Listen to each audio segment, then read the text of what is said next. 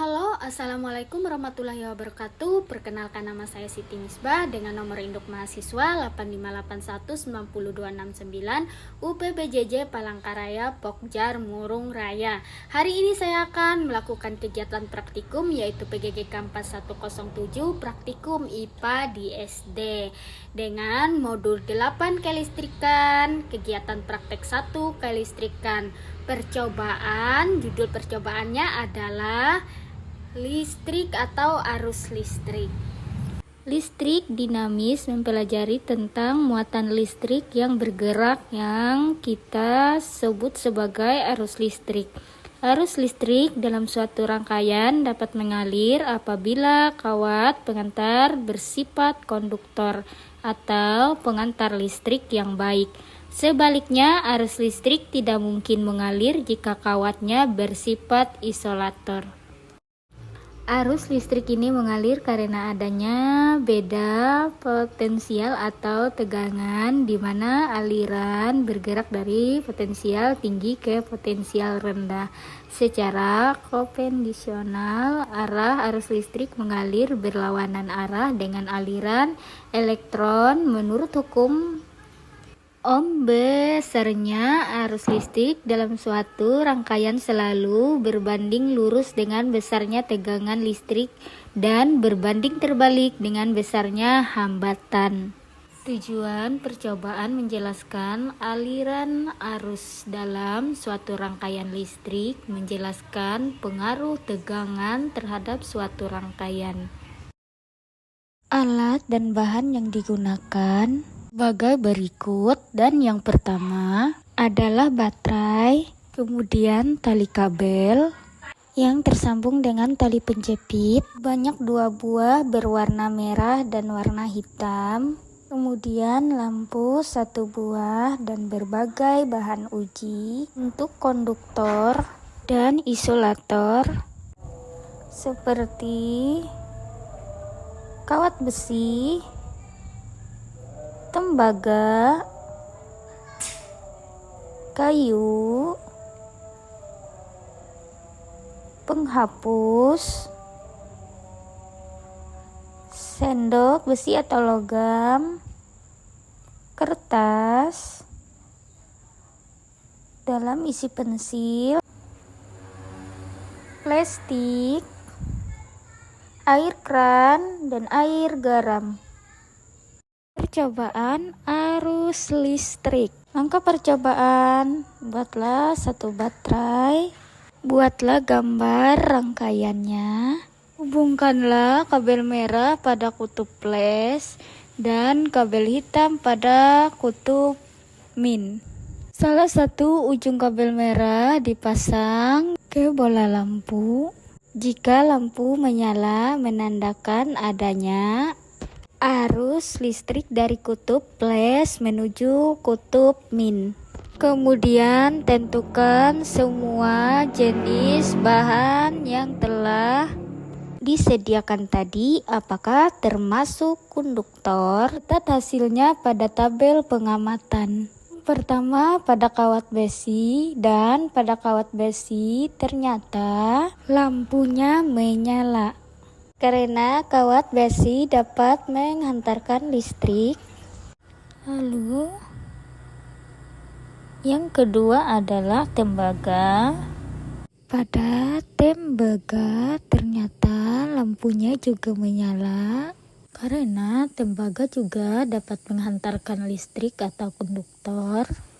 Lalu yang ketiga adalah sendok logam atau sendok perak ya. Nah, sendok ini juga menyala karena sendok juga menghantarkan listrik atau konduktor. Lalu lanjut yang keempat adalah kayu. Ternyata pada kayu tidak menyala karena kayu tidak menghantarkan listrik dan kayu juga bersifat isolator.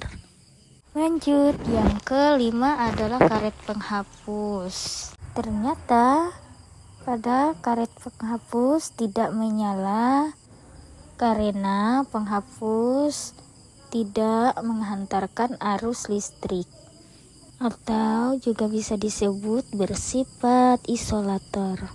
Lanjut, yang keenam adalah grafik atau isi dalam pensil yang tajam. Ternyata lampu menyala karena grafik atau dalam pensil itu menghantarkan arus listrik atau konduktor.